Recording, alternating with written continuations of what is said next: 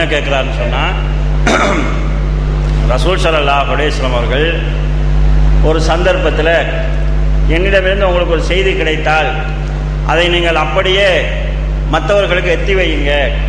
ஏனென்றால் ருப்ப முபல்லகின் அவ்வாமின் சாமியின், யார் அதாவது மற்றவருக்கு எடுத்து சொல்கிறாரோ அவரை விட கேட்பவர் சில நேரம் விபரமானவராக இருக்கலாம். கேட்கிறவர் அதாவது அந்த ஹதீஸுக்கு நேரடியான அர்த்தம் அதிக ஞாபக சக்தி உள்ளவராக இருப்பார் என்று சொல்லுவாங்க, விபரமாக இருப்பார் என்கிற அர்த்தம் இவங்க செய்கிறாங்க. அது பிரச்சனை இல்லை. எனவே இந்த ஹதீஸின் அடிப்படையில் பார்த்தோம்னு சொன்னால், ரசூல் ஸல்லல்லாஹு அலைஹி வஸல்லம் சொன்ன சில செய்திகள் அவங்க காலத்தில் உள்ளவங்க விளங்கினதை விட பின்னால் வரவங்க கொஞ்சம் கூட விளங்கியிருக்கலாம்.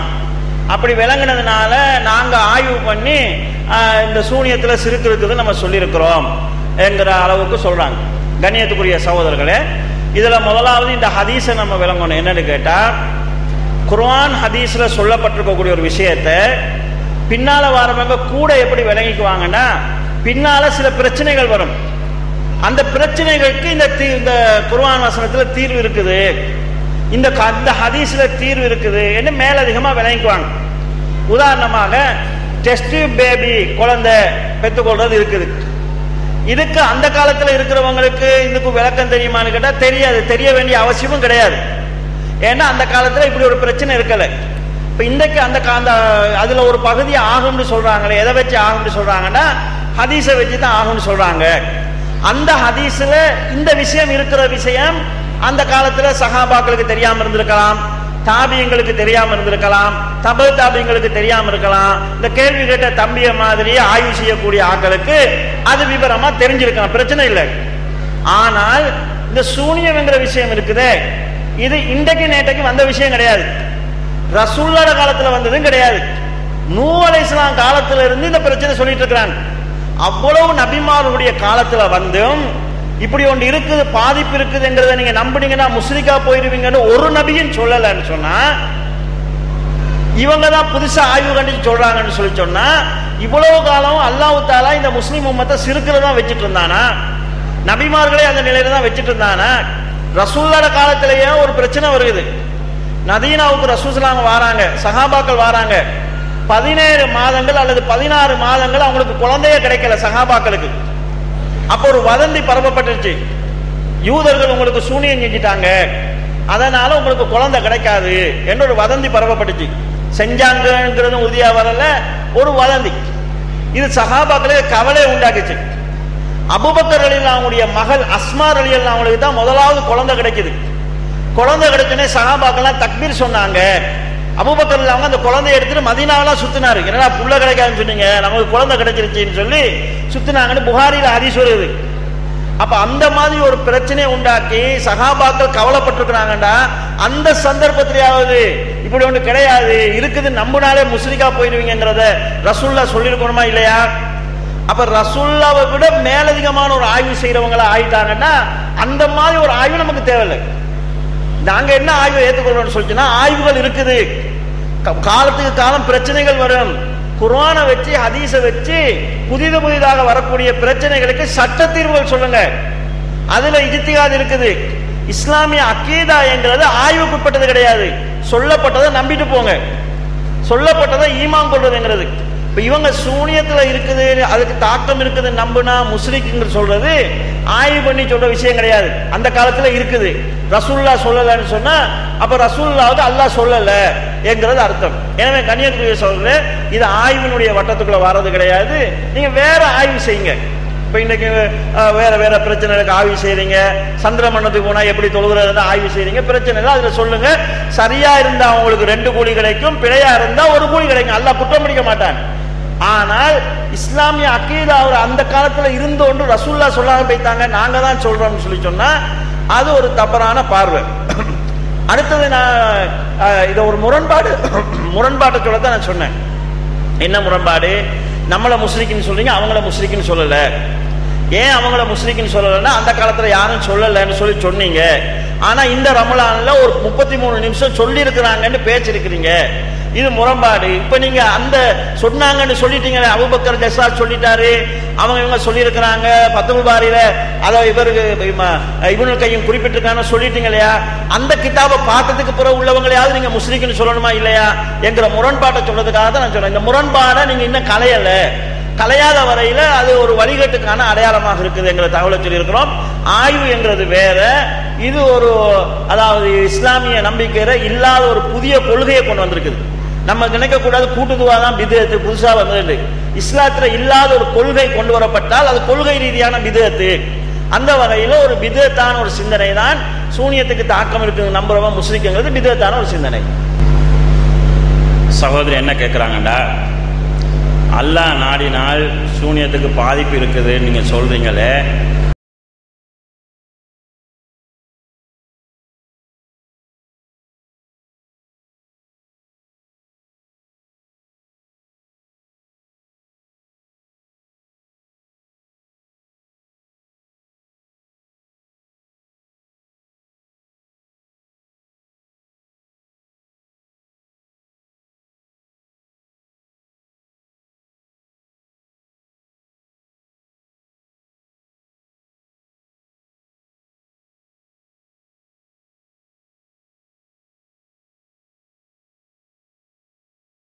விஷயத்தை தெளிவா விளங்கணும்.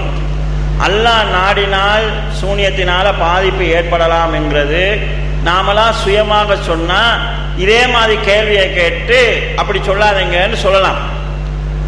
இந்த அல்லாஹ் நாடினால் என்கிற வாசகத்தை நாங்களா சொல்லல, அல்லாஹ்வே குர்ஆன்ல வமாஹும் பிதாரீன பிஹி மின் அஹதின் இல்லா பிஇذனில்லாஹ், அல்லாஹ்வுடைய நாட்டம் இல்லாமல் சூனியத்தின் மூலமாக சூனியக்காரர்களினால் எந்த பாதிப்பையும் உண்டு பண்ண முடியாது என்று அல்லாஹ்வுடைய நாட்டத்தை அல்லாஹ் தஆலா அதில் சொல்லியிருக்கலாம். எனவேதான் சூனியக்காரன் சூனியம் செய்வான், அல்லாஹ் நாடினா அதனால பாதிப்பு ஏற்படலாம், நாடலன்னா எதுக்குமே நடக்காது என்கிறத நம்ம சொல்றோம். இப்படி இருக்கும்போது அல்லாஹ் நாடினா சிலைகள் மூலமாக நமக்கு பாதிப்பு வரும், அல்லாஹ் நாடினா சிலைகள் நமக்கு அதாவது குழந்தைய தரும் எல்லாம் சொல்லலாமான்னு கேட்டா அப்படி சொல்ல முடியாது. ஏன் சொல்ல முடியாதுன்னா குர்ஆன்லயோ ஹதீஸ்லயோ இதுக்கு அல்லாஹ்வுடைய நாட்டம்ங்கிறது சொல்லப்படலை. எனவே அதையும் இதையும் நாங்க சம்பந்தப்படுத்த முடியாது. ஏன்னு சொன்னா ரமலான் இந்த கேள்வியை கேட்டிருக்கிறாங்க, அப்ப சிலைகள் இவ்வளவு மூடத்தனமா இருக்கிறாங்க, அல்லாஹ் நாடினா புத்தர் வந்து குழந்தை தருவான்னு சொல்லலாமா என்கிற மாதிரியான கேள்வி கேட்கிறாங்க. அல்லாஹ் நாடினா தருவான்னு அந்த மாதிரி செய்தி வந்து குர்ஆன்ல ஹதீஸ்ல வரல, அதனால சொல்ல முடியாது. அல்லாஹ் தஆலா தன்னுடைய ஒரு பவரை ஒரு படைப்பினத்துக்கு கொடுப்பானா என்று கேட்டா, கண்ணியத்துக்குரிய சகோதர சகோதரர்களே, அல்லாஹ் தஆலா சில சக்திகளை தன்னுடைய சொல்றான், அதை அல்லாஹ் தஆலா யாருக்கும் கொடுக்க போறது கிடையாது. ஆனால் சில சோதனைகளுக்காக மனிதனுடைய ஈமானை சோதிப்பதற்காக சில ஆற்றல்களை அல்லாஹ் கொடுக்கிறான். இதை நம்ம அந்த ஆளுடைய சுய ஆற்றல் நம்ம எடுத்துக்கொள்ள முடியாது. இதுக்கு நாங்க நல்லதுலையும் ஆதாரம் பார்க்கலாம், கெட்டதுலையும் ஆதாரம் பார்க்கலாம். எங்களுக்கு தெரியும் மரணித்தவர்களுக்கு உயிர் கொடுக்கிறது யாருன்னு கேட்டா அல்லாஹ் தான் உயிர் கொடுக்கிறான். அவர் இப்ராஹிம் நபி அதான் சொன்னார், ரப்பி அல்லதி யுஹ்யி வ யுமீத், யார் உயிர் கொடுக்கிறானோ யார் உயிர் எடுக்கிறானோ அவன் தான் என்னுடைய ரப்பு என்று இப்ராஹிம் நபி சொன்னார். ஆனா ஈசா அலைஹிஸ்ஸலாம் அவர்கள் ஒரு பறவைக்கு உயிர் கொடுத்தார், இறந்தவர்களை யுஹ்யில் மௌத்தா, இறந்தவர்களை உயிர்ப்பித்தார் என்று குர்ஆன் வருது. அப்ப ஈசா அலைஹிஸ்ஸலாத்துக்கு அல்லாஹ் தன்னுடைய பவரை கொடுத்துட்டானா, ஈசா அலைஹிஸ்ஸலாத்துக்கு அல்லாஹ் தன் சக்தியை கொடுத்துட்டானான்னு கேட்டா அல்லாஹ் சும்மா சொல்லல, அல்லாஹ்வுடைய அதிகாரத்தை கொண்டு அல்லாஹ்வுடைய அனுமதியை கொண்டு பறவைக்கு உயிர் கொடுத்தாரு, அல்லாஹ்வுடைய அனுமதியை கொண்டு இறந்தவர்களை உயிர்ப்பித்தாரு என்று அல்லாஹ் தஆலா சொல்கிறான். இந்த பேதினில்லா என்கிறது ஈசா அலைஹிஸ்ஸலாம் சுய ஆற்றலால செய்யல, அல்லாஹ் கொடுத்தா அதனால அவங்க செஞ்சாங்க. அதனால அவங்க எப்பெல்லாம் நினைக்கிறாங்களோ மௌத்தா போனவங்களை அப்பெல்லாம் உயிர்ப்பிச்சுட்டு இருக்க முடியாது, எப்பெல்லாம் நினைக்கிறாங்களோ அப்பெல்லாம் பறவைகளுக்கு உயிர் கொடுக்க முடியாது. அல்லாஹ் எப்ப அனுமதிச்சானோ அப்ப நடக்குது. இப்ப பவர் யாருடைய கையில இருக்குது, சக்தி யாருடைய கையில இருக்குதுன்னா ஈசா நபியினுடைய கையில இல்ல, அல்லாஹ்வுடைய கையில இருக்குது என்றுதான் நாங்க இப்படி நம்ம எடுத்துக்கொள்ளலன்னு சொன்னா மூஜிசாக்களை நிராகரிக்கணும். அது போக தஜ்ஜாலை பற்றிய ஹதீஸ்களை நம்ம பார்க்கிறோம். தஜ்ஜால் என்ன செய்வான்னு சொன்னா வானத்தை பார்த்து சொல்வான், யமுரு சமா, வானத்துக்கு ஏவுவான், பத்தும்திர், வானம் மழை பொழியும், வானத்தை பார்த்து மழை பொழியும் சொல்லுவான், வானம் மழை பொழியும். வானமும் பூமியும் யாருக்கு கட்டுப்பட்டதுன்னு கேட்டா அல்லாஹ்வுக்கு கட்டுப்பட்டது. அத்தானா தாயின், நாங்க அல்லாஹ்வுக்கு கட்டுப்பட்டோம்னு சொல்லி வானமும் பூமியும் சொன்னதாக அல்லாஹ் குர்ஆன்ல சொல்கிறான். அப்ப வானமும் பூமியும் அல்லாஹ்வுக்கு கட்டுப்பட்டிருக்கும் போது, அதாவது தஜ்ஜால் வந்து வானத்தை பார்த்து மழை பெய்யும்னு சொன்னா வானம் மழை பெய்யும், பூமியை பார்த்து சொல்லுவான் உன்னுடைய பொக்கிஷங்களை வெளியேற்றுன்னு சொல்லுவான். அது அவனுடைய பொக்கிஷங்களை வெளியேற்றி அவனுக்கு பின்னால போகும் என்று ரசூல் ஸல்லல்லாஹு அலைஹி வஸல்லம் சொல்றாங்க. ஒரு இளைஞனை பிடிச்சு ரெண்டா பொளந்து ரெண்டு பக்கமா போட்டு நடுவால பொளந்துட்டு கும்முன்னு சொல்லுவான், எலும்புன்னு சொல்லுவான். அந்த இளைஞன் உயிர் பெறுவான். அதுக்கு பிறகு அவரை கொலை செய்ய பார்ப்பா, அது அவனால முடியாம போயிருங்கிறது ஹதீஸ்ல வருது. இப்ப நம்ம இதை சொல்றது தஜ்ஜாலுக்கு அல்லாஹ்வுடைய அதிகாரம் இருக்குதுன்னு சொல்றதுக்கு சொல்லல, இப்படியெல்லாம் நடக்கும் என்று ஹதீஸ் வருகிறது, நம்ம நம்புறோமே. அப்ப தஜ்ஜால அல்லாஹ் ஆக்கிட்டோமா? தஜ்ஜாலுக்கு அல்லாஹ் தஆலா தன்னுடைய அதிகாரத்தை கொடுத்துட்டார் நம்புறோமா? இந்த ஹதீஸை எப்படி அஹ்லு சுன்னாவுடைய உலமாக்கள் புரிஞ்சு கொண்டாங்க. வானத்தை பார்த்து தஜ்ஜால் மழை பெய்யும்னு சொல்லுவான், வானம் மழை பொழியும். ஏன் வானம் மழை பொழியும்? தஜ்ஜால் சொன்னான் என்பதற்காக அல்ல, தஜ்ஜால் சொல்லும் போது மழை பெய்யுமாறு அல்லாஹ் வானத்துக்கு இருக்கக்கூடிய கட்டளையினால மழை பெய்யும். உதாரணமா, நான் ஒரு கம்பெனி மேனேஜரா இருக்கிறேன், நீங்க என்னுடைய ஆபீஸுக்கு வாரீங்க விருந்தாளியா. நான் என்னுடைய கம்பெனியில வேலை செய்யறவரை சொல்ல, இவரை நல்லா கவனிச்சுக்க, கடையில போய் ஏதாவது வாங்கி வர சொன்னா வாங்கி கொடு, காசு நான் கொடுத்துக்கிறேன், அவருக்கு படுக்கிறதுக்கு ஏற்பாடுலாம் செய்ய, அவர் என்ன சொல்றாரோ நல்லா கவனிச்சுக்கோ அப்படின்னு நான் சொல்றேன். நீங்க தண்ணி கேட்கறீங்க கோம் தாராரு, சாப்பாடு கேட்கறீங்க கோம் தாராரு, படுக்கும் போது பெட்ஷீட் எல்லாம் விரிச்சு தர சொல்றாரு, விரிச்சு கொடுறாரு, படுத்தது போற பேனை போட்டு போறீங்க போட்டு போறாரு, நீங்க சொல்ற எல்லாம் கேட்கிறாரு. நீங்க இந்த நினைப்புல இன்னொரு நாள் ஸ்ரீலங்காக்கு வாரீங்க, அவன் ஒரு ஹோட்டல்ல வேலை செஞ்சுட்டு இருக்கான், சாப்பாடு கொண்டு வா, தண்ணியை கொண்டு வா, படுக்கிறதுக்கு பெட்ட ஏற்பாடு செய்யலாம், போடா போறதுக்குன்னு அவன். ஏன்னா நீ அன்றைக்கு நான் சொன்னதை நான் கேட்டேன், இப்ப நீ கேட்க மாட்டேன்னு கேட்டா, அன்றைக்கு நீ சொன்னதுக்கு நான் கேட்கல, என் எஜமான் சொன்னதுக்கு கேட்டேன். என்னுடைய பொஸ் சொன்னாரு உன்னை கவனிச்சுக்க சொல்லி, அதனால கவனிச்சு கொண்டேன். எல்லாமே நீ போட்ட ஓர்டருக்கு நான் கட்டுப்படல.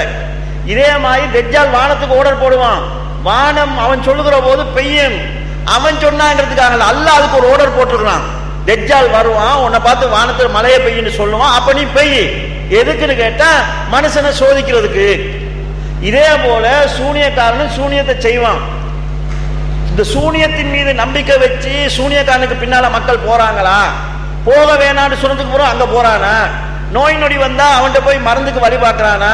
காணாம போன பொருளை கண்டெடுக்கிறதுக்கு வழி பார்க்கறானா?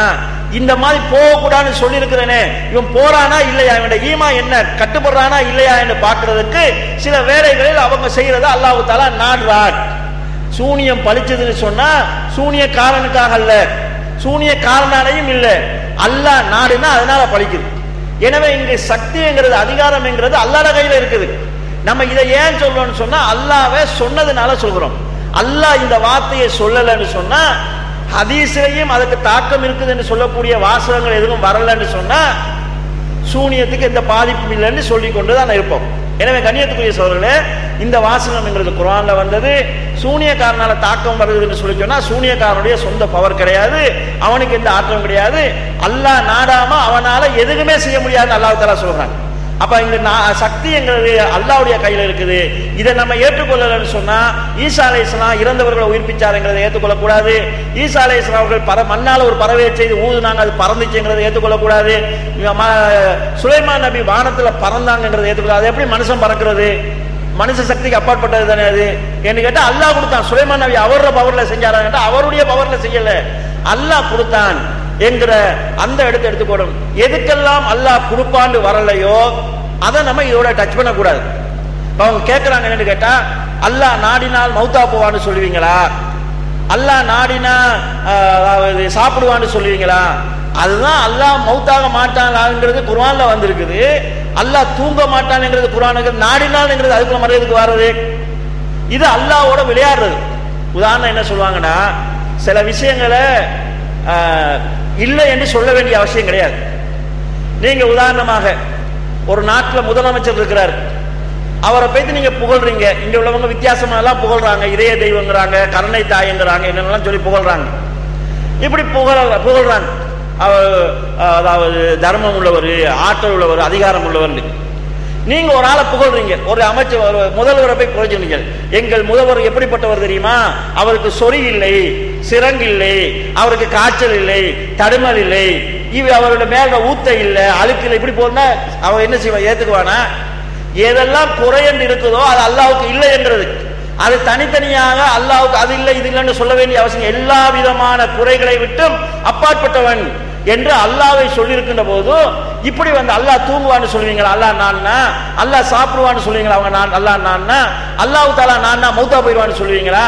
அப்படி சொல்லிட்டு நான் சும்மா சொல்லலையே, அல்லாஹ் நான்னா செய்வானு சொன்னேன்னு சொல்லி வாதம் வைக்கிறதுங்கிறது அல்லாஹ்வுடைய அந்தஸ்தை புரிஞ்சு கொள்ளாம அல்லது புரிஞ்சு கொண்டாலும் மக்களை தடுமாற்றம் செய்யறதுக்காக வைக்கக்கூடிய ஒரு தவறான வாதம். அந்த வாதம் தான் இளைஞர்களிடத்துல தவறாக போயிருக்குது. எனவே இந்த ஒரு கேள்வியை பொறுத்தளவுல இந்த விஷயத்துல எழுப்புறதுங்கிறது பொருத்தமற்றது என்பதை நம்ம புரிஞ்சு கொள்ளணும்.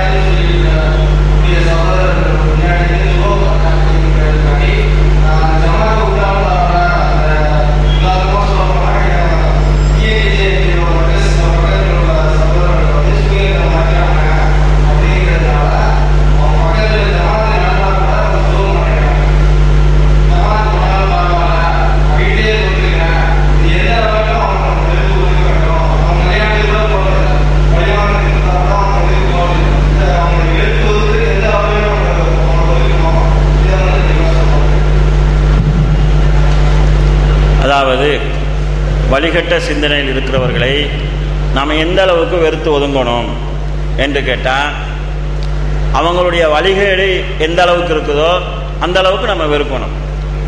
அல் குர்ஆன்ல அல்லாஹ் தஆலா சொல்கிறான், லா தஜிது கௌமை யூமினூன பில்லாஹி வல் யௌமில் ஆஹிர், அல்லாஹ்வையும் மறுமை நாளையும் உண்மையாக நம்பக்கூடியவர்கள் யுஆதுன மன் ஹாதல்லாஹி வ ரசூல், அல்லாஹ்வையும் ரசூலையும் யார் எதிர்க்கிறார்களோ அவர்களோடு சிநேகம் பாராட்டுவதை நபியை நீங்க பார்க்க மாட்டீங்க.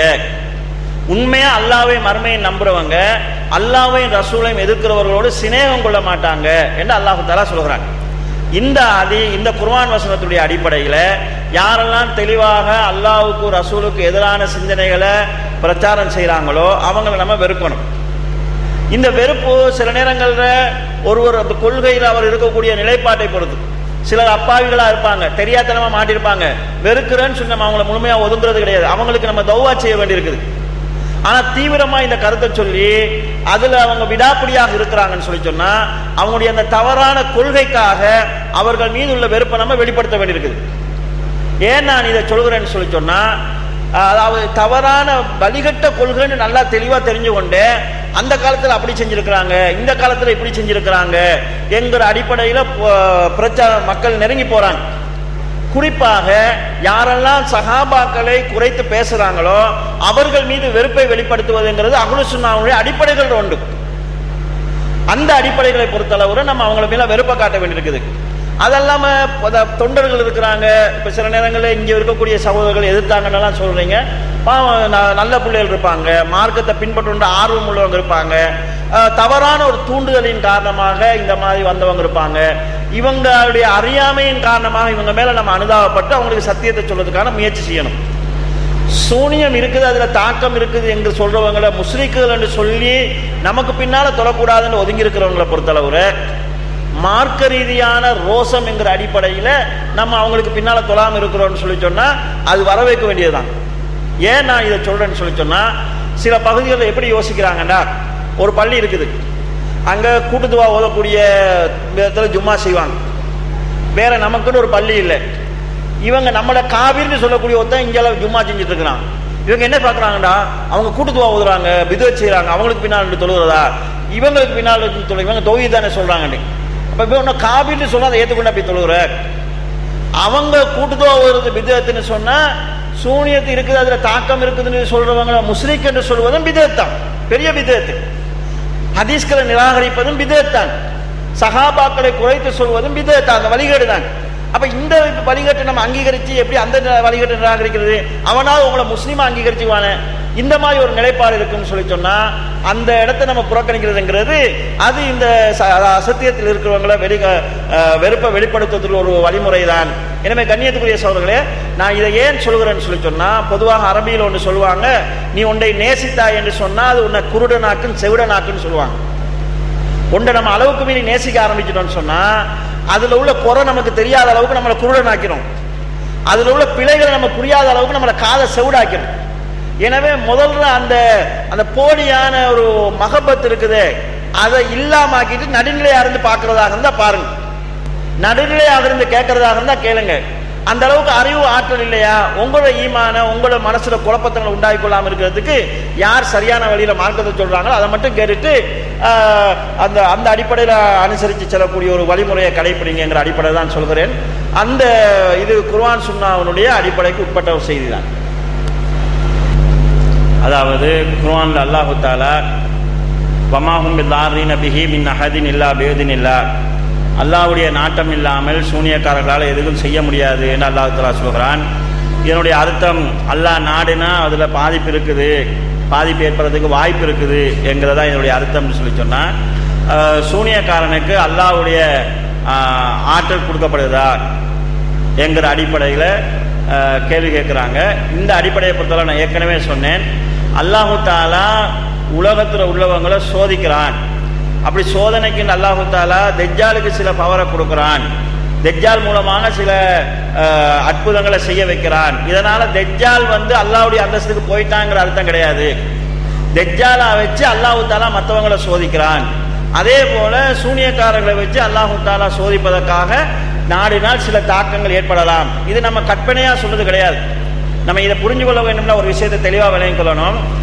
ஒரு விஷயம் இருக்குதா இல்லையா என்கிறத நம்ம எப்படி முடிவு செய்யறதுன்னு சொன்னா, கண்ணால பார்த்து முடிவு செய்யலாம், காதால கேட்டு முடிவு செய்யலாம், தொட்டு பார்த்து முடிவு செய்யலாம், இல்லைன்னா சுவைச்சு பார்த்து நக்கி பார்த்து முடிவு செய்யலாம். இப்படி ஏதோ ஒரு வழிமுறையில முடிவு செய்யலாம். ஆனா சில விஷயங்கள் நம்ம எப்படி முடிவு செய்யறோம்னு சொன்னா ஆய்வுகள் ஊடாக முடிவு செய்கிறோம். சில விஷயங்களை பொறுத்தளவுல அதுக்கு எந்த வழியும் கிடையாது. அல்லாஹ் அந்த மாதிரி விஷயங்களை பொறுத்தளவுல இருக்குதுன்னு நம்ம நம்புறதாக இருந்தாலும் இல்லைன்னு நாங்க சொல்றதாக இருந்தாலும் அல்லாஹ்வும் ரசூலும் சொல்லி இருக்கணும். இப்போ உதாரணமாக ஒரு நட்சத்திரம் இருக்குது, உலகம் படைக்கப்பட்ட காலத்திலிருந்து அப்படியே வந்து கொண்டிருக்குது, இந்த உலகத்தை விட பல கோடி மடங்கு பெருசு என்று விஞ்ஞானிகள் சொல்றாங்க. நம்ம கண்ணால பார்க்கல, காதால கேட்கவும் இயலாது, தொட்டு பார்க்கவும் இயலாது, என்னமோ ஆய்வு பண்ணி சொல்றாங்க என்று நம்பிட்டு போயிடுறோம். நம்ம இது உலகத்தோட சம்பந்தப்பட்ட விஷயம். நம்பிக்கையோட சம்பந்தப்பட்ட ஒரு விஷயமாக இருந்தால் இருக்குதுன்னு சொல்றதாக இருந்தா இந்த வழிகளுக்கு உள்ளாண்டா சொல்லலாம், இல்லைன்னு சொல்றதாக இருந்தாலும் இந்த வழிகளுக்கு இருந்தா சொல்லலாம். ஆனால் கண்ணால காக்க முடியாது, காதால கேட்க முடியாது, தொட்டு பார்க்க முடியாத விஷயம் உண்டு இருக்குது அல்லது இல்லை என்று சொல்றதாக இருந்தால் அல்லாஹ் சொல்லியிருக்கணும், ரசூலுல்லாஹ் சொல்லியிருக்கணும். இந்த சூனியம் ஒன்று இருக்குதுன்னு அல்லாஹ்வும் ரசூலும் சொன்னாங்களா இல்லைன்னு சொன்னாங்களா என்று கேட்டா இருக்குது, அதனால சில பாதிப்புகள் இருக்குது என்றுதான் அல்லாஹ்வும் ரசூலும் சொல்றாங்க. உதாரணத்துக்கு குர்ஆன்ல வரதே நான் சொல்றேன். மூசா அலைஹிஸ்ஸலாம் அவர்களுக்கும் சூனியக்காரர்களுக்கும் இடையில ஒரு போட்டி நடக்குது. அந்த போட்டியை அல்லாஹ் குர்ஆன்ல சொல்கிறான், ஃபைதா ஹிபாலுஹும், சூனியக்காரர்கள் போட்ட கயிறுகளும், வைஸீஹும், அவர்கள் போட்ட தடிகளும், அசானா கம்பு, இது தடிகள், பல தடிகள். ஹபுல் என்று சொன்னா கயிறு, ஹிபால் என்று சொன்னா கயிறுகள். சூனியக்காரர்கள் கயிறுகளை போட்டாங்க, சூனியக்காரர்கள் தடிகளை போட்டாங்க. யுஹையலு இலைஹி அன்னஹா தஸ்ஆ, அது ஓடுற பாம்பு போல மூசா நபிக்கு தெரிஞ்சது. மூசா நபிக்கு மட்டுமா தெரிஞ்சிச்சுன்னு கேட்டா இல்ல, சஹரு அய்யுனன் நாஸ், மக்களுடைய கண்களை வசப்படுத்தினாங்க, கட்டுனாங்கன்னு சொல்லுவாங்க. சரி, கண்களை கட்டுனாங்க. வஸ்தர்ஹபூஹும், அவங்கள பயங்காட்டினாங்க, பெரிய ஒரு சூனியத்தை கொண்டு வந்தாங்க என்று அல்லாஹ் தஆலா குர்ஆன்ல சொல்றாங்க. இதுல நீங்க நல்லா கவனிக்கணும், கண்களை வசப்படுத்தினாங்கன்னு அல்லாஹ் சொல்றான். இல்லாட்டி கண் கட்டி வித்தேன்னு சொல்லுவாங்க, கண்ணை கட்டினாங்கன்னு வைப்பாங்க. சரி, அவங்க என்ன ஒவ்வொருத்தருடைய கண்களா துணியால கட்டிட்டு இருந்தாங்களா? அப்படி கட்டல. அவங்க அங்கிருந்து என்னமோ செஞ்சாங்க, பார்க்கிறவங்களுக்கு அது பாம்புகளாக தெரிஞ்சது. எதனால தெரிஞ்சதுன்னு கேட்டா பிசிஹ்ரிஹிம், அவர்கள் செய்த சூனியத்தினால தெரிஞ்சது என்று அல்லாஹ் தஆலா சொல்கிறான். கண்ணியத்துக்குரிய சகோதர சகோதரிகளே, இதை கவனமா கேளுங்க. அவங்க எதை போட்டாங்கன்னு கேட்டா கயிறுகளை போட்டாங்க. எதை போட்டாங்க? தடிகளை போட்டாங்க. பார்க்கிறவங்களுக்கு அது எப்படி தெரிஞ்சிச்சு? மூசா நபி உட்பட பாம்பு போல தெரிஞ்சிச்சு. பாம்பா ஆகல. சூனியத்துக்கு ஹக்கீக்கத் இல்லைன்னு சொல்றது இதுதான். அது தொட்டு பார்த்தா கயிறா தான் இருக்கும், தொட்டு பார்த்தா தடியா தான் இருக்கும். பார்க்கறதுக்கு பாம்பு மாதிரி தெரியும். இல்லாத ஒன்றை இருப்பது போல காட்டினாங்க. இதை அவங்க செஞ்சாங்களா இல்லையா? சூனியத்தால செஞ்சாங்க. இதுக்கு என்ன செய்வாங்கன்னு கேட்டா பலவேறு விளக்கங்கள் சொல்றாங்க. என்ன சொல்றாங்க? அவங்க மேஜிக் செஞ்சாங்க. மேஜிக்னா என்ன? இதை நம்ம தெளிவா விளங்கிக்கணும். மேஜிக்னு சொன்னா ஒரு அசல் இருக்கணும், இன்னொரு டூப்ளிகேட் இருக்கணும். ரெண்டு இருந்தா தான் மேஜிக் செய்யலாம். உதாரணமா நான் இங்க ஒரு பொட்டிக்குள்ள செய்வேன்னா ஒரு பையனை கூப்பிட்டு இதுக்குள்ள போன்னு சொல்லுவேன், கதவை மூடுவேன், அதுக்கப்புறம் பெட்டியை திறப்பேன். திறந்து பார்த்தா அந்த பையன் அங்க இருக்க மாட்டான். இந்த பையன் எங்க இருக்கிறான் தெரியுமா? அந்தா இருக்கிறான்னா அங்க மேடையில இருந்து அந்த பையன் வருவான். இது பார்க்கிறவங்களுக்கு ஆச்சரியமா இருக்கும். இந்த பையன் இங்கதான் போனா, அதுக்கிடையில அவ்வளவு குயிக்கா அங்க வர முடியாது எப்படின்னு சொல்லி இதை செய்யறதாக இருந்தா இது மேஜிக். இதுக்கு ஒரு அசலும் வேணும், ஒரு டூப்ளிகேட்டும் வேணும். அசல் டூப்ளிகேட் என்ன? ரெட்டை குழந்தைகள் வேணும். ரெட்டை குழந்தைகள் பெரும்பாலும் அவங்க ஒரு வயசு. பெரும்பாலும் சில ரெட்டை குழந்தைகள் எப்படி இருப்பாங்கன்னா ஒன்று போல இருப்பாங்க. அவங்களுக்கு ஒரே சேப்புல முடிய வெட்டி விட்டு ஒரே டவுசர் ஒரே சேட்டை போட்டு விட்டா பார்க்கறதுக்கு ஒன்று போலவே இருப்பாங்க. இங்க ஒரு பையனை உள்ள அனுப்பிட்டு கதவுக்கு அங்கால ஒரு ரூமுக்குள்ள அவரை வச்சுட்டு அங்க அடுத்த பையனை எடுப்போம். இப்ப நம்ம என்ன சொல்லுவோம்னு சொல்லி சொன்னா, உள்ள போனது அகமதுன்னு வச்சுக்கோங்க, அங்கிருந்து வந்தது முகமது. நீங்க என்ன சொல்லுவீங்க? உள்ள போன அகமது அங்கிருந்து வந்தான்னு சொல்லுவீங்க. மேஜிக்க படிச்சவன் என்ன சொல்லுவான்? உள்ள அகமது போனா அங்கிருந்து முகமது வந்தான்னு சொல்லுவான். இது மேஜிக்ங்கிறது. இப்ப ஒரு சூனியக்காரன் ஒரு கயிறையோ தடியையோ, அதாவது மேஜிக் செய்யறவன் கயிறையோ தடியையோ பாம்பு போல காட்டுறதாக இருந்தா அவன்கிட்ட கயிறும் இருக்கணும், நிஜமான பாம்பும் இருக்கணும். கைத்தை காட்டிட்டு பாம்பை தான் போட்டிருப்பான் உங்க முன்னால, அது உண்மையான பாம்பா தான் இருக்கும். சூனியக்காரர்கள் அதாவது மேஜிக் செய்யறவங்க அப்படித்தான் செட்டப் பண்ணுவாங்க. அவங்க பெரும்பாலும் புறா எடுப்பாங்க தொப்பிகளை இருந்து, பெரும்பாலும் இந்த மொசல் எடுப்பாங்க, முயல் எடுப்பாங்க. யாருமே புறாவுக்கு பதிலா காகம் எடுக்க மாட்டான். புறாவை பொறுத்தளவு சேப்புக்குள்ள வச்சாலும் அப்படியே அடங்கி இருக்கும் சத்தம் போடாம. சில பையங்க கிளாஸ் ரூமுக்குள்ளே புறாவை சேப்புல போட்டு இருப்பாங்க. ஆனா காகத்தை உள்ள வச்சா காக்கான்னு கத்த ஆரம்பிச்சிடும். அது அதுல பழக்கம். அது அப்ப காகம் வைக்க மாட்டாங்க. மொசலை வைக்கிறதுக்கு பதிலாக வேற ஏதாவது நாய்க்குட்டியை வச்சாங்கன்னா குலைக்க ஆரம்பிச்சிடும். மொசலை என்னச்சுன்னா ஒரு அடக்கமான இடத்துக்குள்ள போட்டா அப்படியே உடங்கி இருந்துடும். அப்ப அவங்க என்ன செய்வாங்கன்னா தொப்பியை காட்டுகிற போது உள்ள மொசல் இருக்காது, திரும்ப எடுத்தாங்கன்னா மொசல் வருதுன்னா அவங்களுக்கு ஒரு முயல் தேவை. முயல் இருந்தா தான் அதை செய்யலாம். அப்ப இது மேஜிக்குரிய தன்மை. ஆனா இந்த சூனியக்காரர்கள் செஞ்சதை பத்தி அல்லாஹ் என்ன சொல்கிறான்? அவங்க கயிறுகளை போட்டாங்க, கைத்தை காட்டிட்டு பாம்பை போடல. அவங்க தடிகளை போட்டாங்க. பைதா ஹிபாலுகும், அவர்களுடைய கயிறுகளும் அவர்களுடைய தடிகளும் பார்க்கறதுக்கு பாம்பு கூட தெரிஞ்சது. அப்ப இது சூனியத்தால் ஏற்பட்ட தாக்கம் அல்லாஹ் தஆலா சொல்றான். அப்ப இது தெளிவாக குர்ஆன் சொல்கிற போது இதை மறுக்கிறதுங்கிறது குபுரை ஏற்படுத்தும். இதுக்கு என்ன விளக்கம் சொல்றாங்கன்னு கேட்டா, அது என்ன செஞ்சாங்களாம்? கைத்தை முறுக்குனாங்களாம். இஞ்சால பக்கமும் இஞ்சால பக்கம் முறுக்குனா முறுக்கிட்டு கீழே போட்டா சுத்தும், அது நேரா வாரதுக்கு. கைத்தை முறுக்கி போட்டாங்க, அது சுத்திச்சு. அல்லாஹ் இதை மட்டும் சொல்லல, மூசா அலைஹிஸ்ஸலாம் பயந்தாங்க. அல்லாஹ் சொல்றான், மூசா பயப்படாத, நீ தான் ஜெயிப்பேன்னு அல்லாஹ் சொல்றான். ஒரு கைத்தை போட்டு கயிறு சுத்துறத பார்த்துட்டு மூசா நபி பயந்தாங்களா? அப்ப மூசா நபியை பத்தி நீங்க என்ன நினைக்கிறீங்க? கயிறுக்கு பயப்படுவான ஒருத்தன். நாங்களே மேடையில பார்த்து கூட கையை தட்டிட்டு போறோம் செஞ்சதை பார்த்துட்டு. அப்ப கயிறு சுத்திச்சுன்னு சொல்லி சொல்றாங்க. சரி பரவாயில்லை, அவங்க கைத்தை மட்டுமா போட்டாங்க, தடிகளையும் போட்டாங்க. கைத்தை முறுக்கிட்டு போடலாம், தடியை வேணா முறுக்கி போடலாமா? அது எந்த தடியை முறுக்கி போடலாம்? கம்ப முறுக்கி போடலாமா? தடி கையில வேண்டாம் சுத்திட்டு வந்து சொல்ல, தடி என்ன ஆச்சுது? அப்ப இப்படி ஒரு தவறான ஒரு வாதத்தை புத்திசாலித்தனமாக வைக்கிறாங்க. இதே போல ஒன்று சொல்றாங்க. என்னன்னு கேட்டா, அந்த காலத்துல எகிப்துல விஞ்ஞானம் இருந்துச்சான். மம்மிகள் எல்லாம் கட்டியிருக்கிறாங்க, அந்த அளவுக்கு விஞ்ஞானிகளா இருந்தாங்க. அவங்கள்ட்ட நிறைய அதாவது மெக்னீசியம் எல்லாம் இருந்துச்சு. அந்த கைத்திலையும் தடியிலையும் ஏதோ ஒரு மெக்னீசியத்தை பூசினாங்க. அதை போட்ட உடனே அந்த வெயிலுக்கு அது நெளிகிற மாதிரி தெரிஞ்சிச்சு என்று சொல்றாங்க. சரி, மூசா நபியோட காலத்துல மெக்னீசியம் இருந்துச்சு, அதை பூசினா கயிறும் தடியும் நெளிகிற மாதிரி இருக்கும். அது உங்களுக்கு தெரியுது, மூசா நபிக்கு தெரியாமச்சா? அவர் தான் அந்த நூற்றாண்டை வாழ்ந்தவராச்சு எகிப்துல. அவருக்கு விளங்காது, தமிழ்நாட்டில இருந்து உங்களுக்கு மட்டும் விளங்கிச்சாது. அந்த சூழ்ந்திருந்த மக்கள் எல்லாம் இதை பார்த்துட்டு பயந்தாங்க. நல்லா சொல்றாங்க, அங்க வாழ்ந்த எல்லாருக்கும் அவங்க நாட்டுல இப்படி மெக்னீசியம் ஒன்று இருக்குற விஷயம் தெரியாது. தமிழ்நாட்டில் இருக்கக்கூடிய உங்களுக்கு தான் இப்ப தெரிஞ்சுச்சா? அப்ப இதை என்னன்னு குர்ஆனுடைய விளக்கம் சொல்றது? அவங்க ஒரு கொள்கையை உருவாக்கி கொண்டு அந்த கொள்கைக்கு எப்ப குர்ஆனை திரிக்க முற்படுறாங்க. கண்ணியத்துக்குரிய சகோதரர்களே, குர்ஆன்லயே தெளிவாக அல்லாஹ் தஆலா சூனியத்துக்கு ஒரு தாக்கம் இருக்குதுன்னு சொல்றான். அப்படி இருக்குதுன்னு சொல்றவன் எப்படி சூனியக்காரன் அல்லாஹ் கூப்பிடுறன்னு சொல்லலாம்? அந்த தாக்கத்துல கூடுதல் இருக்குதா, குறைவு இருக்குதா, என்ன செய்யலாம், அது கருத்து வேறுபாடு இருக்குது. சூனியத்தினால தடிய பாம்பாக ஆக்கலாது, கயிறை பாம்பாக ஆக்கலாது, காட்டலான்னு அல்லாஹ் சொல்றானா இல்லையா? கோடியான தோட்டத்தை உண்டு பண்ணலாம் நல்லா சொன்னான் இல்லையா? அப்ப அதுவே ஒரு தாக்கம் ஆகின்ற போது சூனியத்துக்கு தாக்கம் இருக்குது என்று சொல்வது வழிகேடு கிடையாது, இல்லை என்று சொல்வதுதான் வழிகேடு. ஆனா குர்ஆனுடைய செய்தி மறுக்கப்படுகிறது. அது போக நபி ஸல்லல்லாஹு அலைஹி வஸல்லம் அவர்கள் சொன்ன ஏனைய ஹதீஸ்களும் மறுக்கப்படுது. எனவே சூனியத்துக்கு தாக்கம் இருக்குது என்று சொல்றது சூனியக்காரனுக்கு அல்லாஹ்வுடைய பவரை கொடுக்கிறது கிடையாது. சூனியக்காரனை பொறுத்தளவு அவன் சராசரி மனுஷன் தான். அது போக அவன் ஒரு பொய்யன், ஏமாறு செய்யறவங்க, மக்களை மடையனாக்குறவங்க, மக்களை தவறான வழிக்கு கொண்டு போறவங்க, அந்த மாதிரி யாராவது இருந்தா இறைவனுக்கு ஒப்பாக்குறது கிடையாது.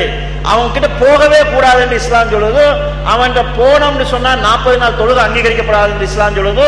அவன் சொல்றது உண்மைதான் நம்பணும்னு சொன்னா நம்ம ரசூலுல்லாஹ் இறக்கப்பட்ட வேதத்தை நிராகரித்ததாக வருதுங்கிறது இஸ்லாம் சொல்லுது. சூனியத்துக்கு தாக்கம் இருக்குதா இல்லையா என்று சொல்ற விஷயம் வேற, சூனியக்காரன் உண்மையிலே நல்லவனா கெட்டவனா என்று சொல்ற விஷயம் வேற. நம்ம அவங்க கிட்ட போகக்கூடாது, பார்க்க கூடாது, அவன் என்ன சொன்னா செய்யக்கூடாதுங்கிறத சொல்கிறோம். அல்லாஹ் தஆலா அப்படி ஒன்று வச்சிருக்கிறான், சோதனைக்காக வச்சிருக்கிறான் என்கிற அளவுக்கு நாங்க நம்பிக்கொண்டால் அது போதுமானது. அஸ்ஸலாமு அலைக்கும் வரஹ்மத்துல்லாஹி வபரகாத்துஹு. அல்ஹம்துலில்லாஹி ரப்பில் ஆலமீன் வல் ஆகிபத்து லில் முத்தகீன் வலா உத்வான இல்லா அலல் ஸாலிமீன் والصلاة والسلام على أشرف الأنبياء والمرسلين وعلى آله وأصحابه أجمعين أما بعد. கண்ணியத்திற்குரிய பெரியோர்களே, சகோதர சகோதரிகளே, அல்லாஹ் ஜல்ல ஷானஹு தஆலாவுடைய பேரருளால் இந்த இடத்திலே அல்லாஹுடைய மார்க்கத்தை அதன் தூய்மையான வடிவில் அறிந்து கொள்ள வேண்டும் என்ற ஒரு நல்ல நோக்கத்தோடு நாம் எல்லோரும் ஒன்று சேர்ந்திருக்கின்றோம். அல்லாஹு தஆலா நம் அனைவருக்கும் இஹ்லாஸ் என்ற உள தூய்மையை தர வேண்டும். இவ்வாறான நல்ல நிகழ்ச்சிகளிலிருந்து சத்தியத்தை புரிந்து கொள்ளக்கூடிய பாக்கியத்தை தர வேண்டும் என்று பிரார்த்தித்துக் கொள்கின்றேன். அன்புள்ள சகோதர சகோதரிகளே, அல்லாஹு தஆலா அல் குர்ஆனிலே சொல்லும்போது, யா அய்யுஹல்லதீன ஆமனு தகுல்லாஹ ஹக்க துகாத்திஹி வலா தமூதுன்ன இல்லா வஅன்தும் முஸ்லிமூன். ஈமான் கொண்டவர்களே, அல்லாஹ்வை அஞ்ச வேண்டிய சரியான முறையில் அஞ்சிக் கொள்ளுங்கள். நீங்கள் முஸ்லீம்களாக அன்றி மரணித்து விடாதீர்கள். ஈமான் கொண்ட மக்களுக்கு அல்லாஹு தஆலா விடுக்கக்கூடிய மிக முக்கியமான ஒரு அழைப்பாக இது இருந்து கொண்டிருக்கிறது. அல்லாஹுவை தக்வா செய்ய வேண்டிய சரியான முறையில் தக்வா செய்து கொள்ளுங்கள். முஸ்லீம்களாக அன்றி நீங்கள் மரணித்து விடாதீர்கள். மௌத்தாகும் போது எல்லோரும் முஸ்லீம்களாக மௌத்தாக வேண்டும். முஸ்லீம்களாக என்று சொல்லுகிற நேரத்தில் கண்ணியத்திற்குரிய சகோதர சகோதரிகளே, அவரவருடைய மனோ இச்சைப்படி வாழ்ந்து முஸ்லீமாக மரணிக்க முடியாது. அல்லாஹும் அல்லாஹுடைய தூதரும் காட்டித்தந்த முறையில் வாழும்போதுதான் நிச்சயமாக முஸ்லிமாக மரணிக்க முடியும் என்பது எல்லோருக்கும் தெளிவாக தெரியக்கூடிய ஒரு அம்சமாக இருந்து கொண்டிருக்கிறது. பொதுவாக இஸ்லாத்தை பொறுத்தவரையில் இஸ்லாம் என்பதை உலமாக்கள் 2 பெரும் பகுதிகளாக பிரித்து விளக்குவார்கள். ஒரு பகுதி அகீதா என்று சொல்லக்கூடிய கொள்கை, இன்னும் ஒரு பகுதி ஷரியா என்று சொல்லக்கூடிய சட்ட அம்சங்கள். இந்த 2 பிரிவுகளையும் பிரித்து ரசூல் ஸல்லல்லாஹு அலைஹி வஸல்லம் அவர்களுடைய காலத்திலிருந்து இதுவரைக்கும் உலமாக்கள் நமக்கு தெளிவுபடுத்தி கொண்டு வருகிறார்கள். இதில் மிக பிரதானமான அம்சம் அகீதாவாக இருந்து கொண்டிருக்கிறது. அகீதா என்பது மிக அடிப்படையானது. நபிகள் நாயகம் ஸல்லல்லாஹு அலைஹி வஸல்லம் அவர்கள் 23 ஆண்டுகள் இஸ்லாமிய பிரச்சாரம் செய்தார்கள். இந்த 23 ஆண்டுகளும் அகீதாவை போதித்தார்கள். 13 வருடங்கள் மக்காவில் முழுக்க அகீதாவை போதித்தார்கள். மதீனாவுக்கு வந்த பிறகு 10 வருடங்கள் அகீதாவையும் ஷரீஆவையும் நபி ஸல்லல்லாஹு அலைஹி வஸல்லம் அவர்கள் போதித்தார்கள். 23 வருடங்கள் ரசூல் ஸல்லல்லாஹு அலைஹி வஸல்லம் அவர்கள் போதித்த அடிப்படையான அம்சமாக இந்த அகீதா காணப்படுகிறது. அகீதா சீராக அமையாவிட்டால் ஒரு மனிதனுடைய எந்த அமல்களுமே பயனளிக்க மாட்டாது. நபிகள் நாயகம் ஸல்லல்லாஹு அலைஹி வஸல்லம் அவர்கள் சொன்னார்கள், ஒரு கூட்டம் வருவார்கள், அவர்களை பார்த்து நீங்கள் பிரமித்து போவீர்கள். அவர்களுடைய தொழுகை முறையை பார்த்தால் மிக பேணுதலாகவும் பயபக்தியோடும் அவர்கள் தொழுவார்கள். அவர்களுடைய தொழுகையோடு உங்களுடைய தொழுகையை ஒப்பிட்டு பார்த்து விட்டு நீங்கள் சொல்வீர்கள், நாம் என்ன தொழுகிறோம், நம்முடைய தொழுகையின் அமைப்பு என்ன என்று உங்களுடைய தொழுகையை நீங்களே இழிவுபடுத்திக் கொள்வீர்கள்.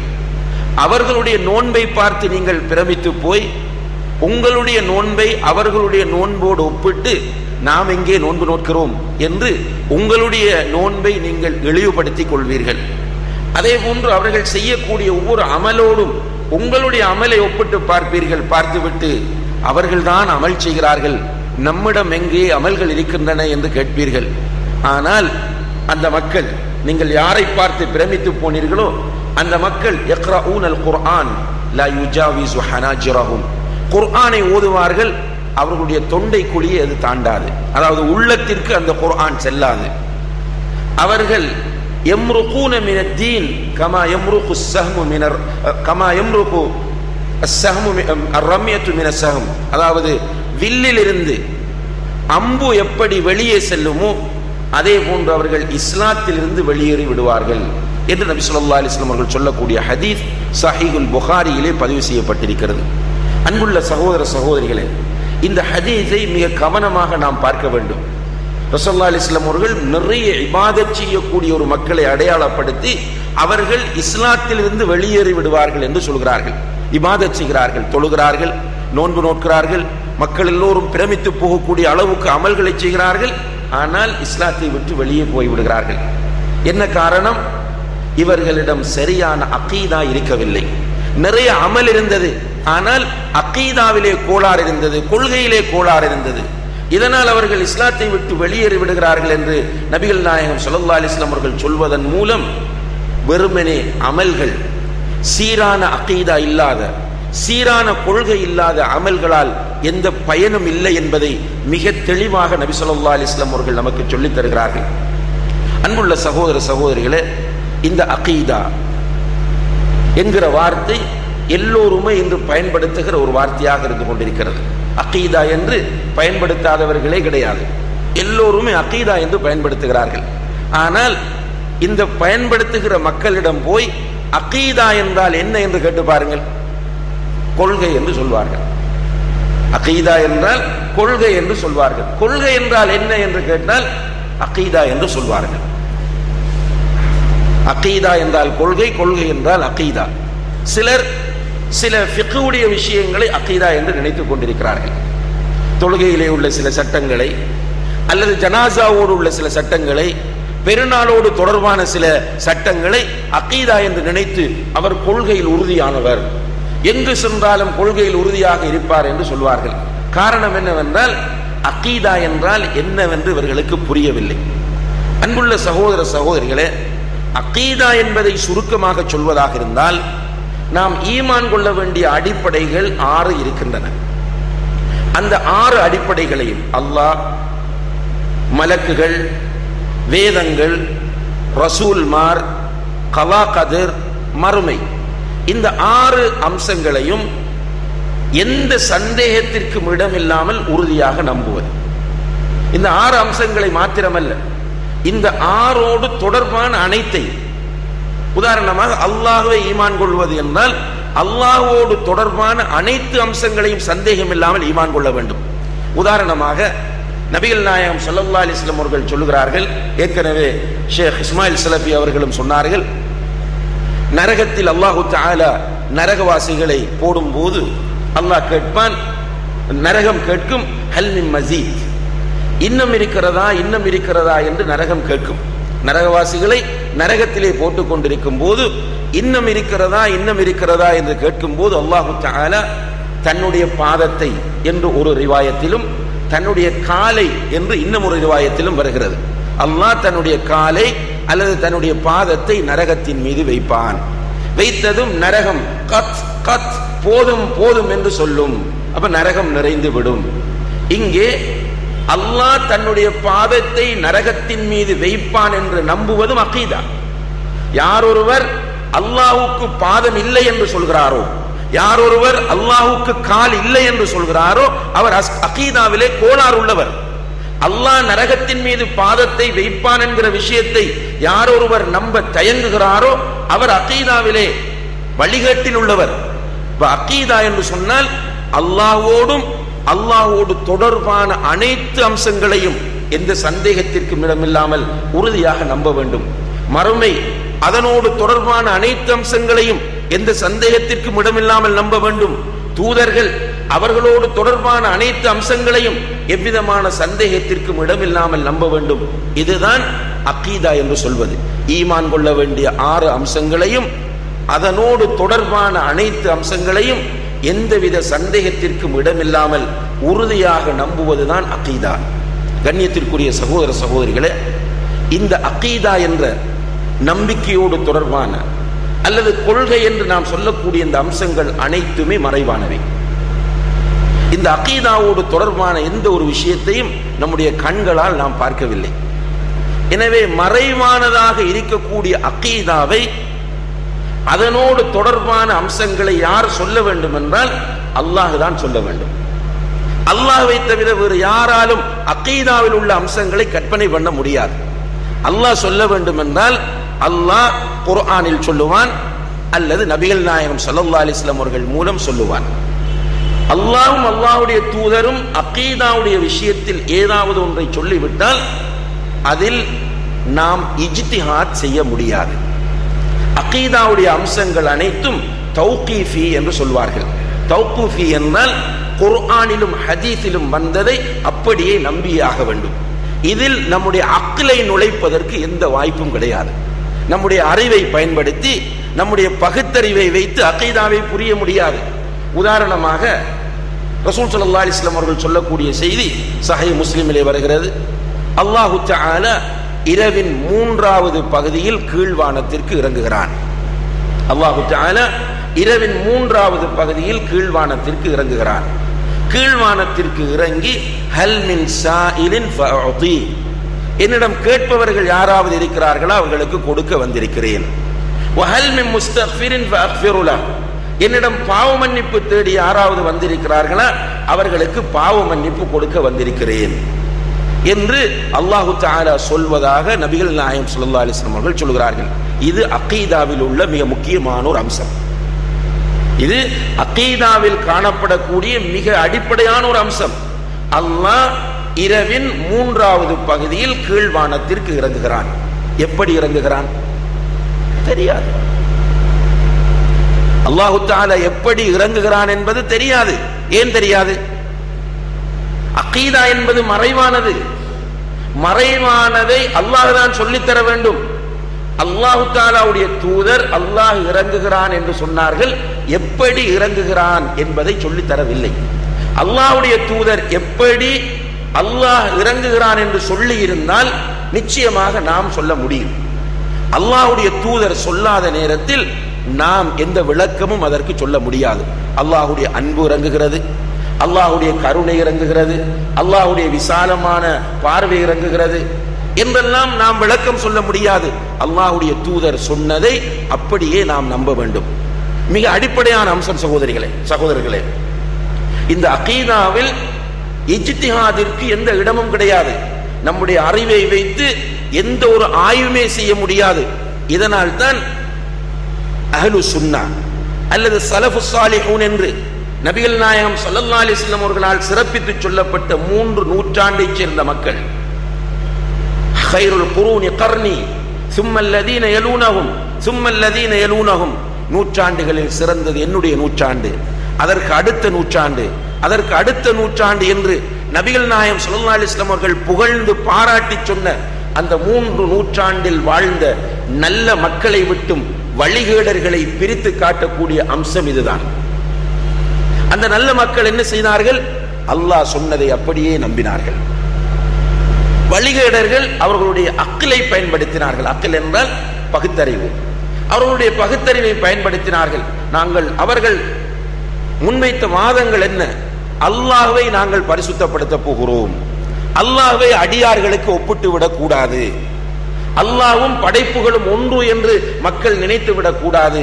எனவே அல்லாஹ்வுடைய கை என்றால், அல்லாஹ்வுக்கு கை இருக்கிறது என்று குர்ஆன் சொன்னால் அதனுடைய அர்த்தம் அல்லாஹ்வுக்கு கை இல்லை, அல்லாஹ்வுடைய சக்தி. அல்லாஹ்வுக்கு முகம் இருக்கிறது என்றால் அது அல்லாஹ்வுடைய முகம் என்பது அர்த்தம் அல்ல.